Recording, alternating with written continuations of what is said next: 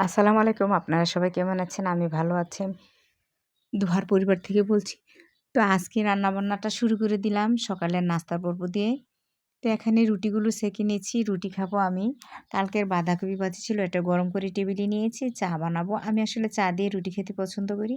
আর এখানে আজকে রান্নাবান্না কিছুই করব না ভাবছিলাম। তারপরে রান্নার পর্ব আমি শুরু করে দিয়েছি।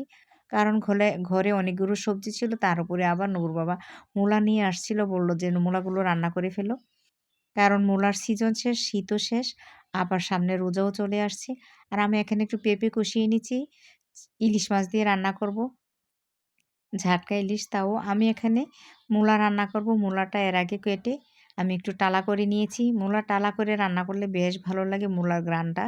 আর এখানে চিংড়ি দিয়ে মূলাটা কষিয়ে নিচ্ছি ভালো করে। আর মসলা একেবারে অল্প দিয়েছি। কম মসলায় মূলা, চাল কুমড়া, লাউ এগুলি খেতে বেশ ভালো লাগে। আমি একটু ধনিয়ার গুঁড়া ছিটিয়ে দিয়েছি। আম্মা সবসময় এরকম ধনিয়ার গুঁড়া তরকারি দিত। তরকারির স্বাদটা একটু বেড়ে যায়। তো আমি এখানে পেঁপে দিয়ে ইলিশ মাছ দিয়ে রান্না করব, একটু ঝোল দিয়ে দিয়েছি। আর এটা হচ্ছে মূলা, আর মূলা দিয়ে চিংড়ি দিয়ে রান্না করার পর এত সুন্দর ঘ্রাণ হচ্ছিল বলার বাইরে। চিংড়ি, তারপরে মূলা টালার গন্ধ, ধনিয়াপাতা দেওয়াতে তো আরও এত সুন্দর গন্ধ। পুরা বাসা করছে। আর মূলা আমার অনেক প্রিয়। কাঁচা মূলাটা বেশি পছন্দ করি। তো আমি এখানে কাঁচামরিচ আর ধনিয়াপাতা দিয়ে দিয়েছি। আর এই মূলাটা শুকিয়ে গেলে আরো বেশি মজা হয়। আর মূলা রান্না করার পর মিষ্টি লাগছিল। কাঁচামরিচের ঝালটা বেশ ভালো লাগছিল।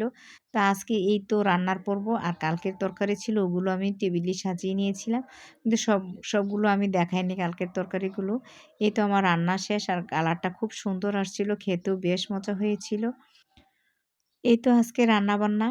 এটা হচ্ছে মূলা, পেঁপে দিয়ে ইলিশ মাছের ঝাটকা, আর হচ্ছে মূলা দিয়ে চিংড়ি। আর গরম ভাতের সাথে ছিল গাছের একটা, না গাছ থেকে না, গাছপাড়া একজনে দিয়েছিল কামরাঙ্গা মরিচ। এটাও একটু কামড় দিয়ে খাচ্ছিলাম। ঘ্রাণটা বেশ ভালো ছিল। সবাই ভালো থাকবেন, সুস্থ থাকবেন। আজকের জন্য বিদায় নিচ্ছি। আল্লাহ হাফেজ।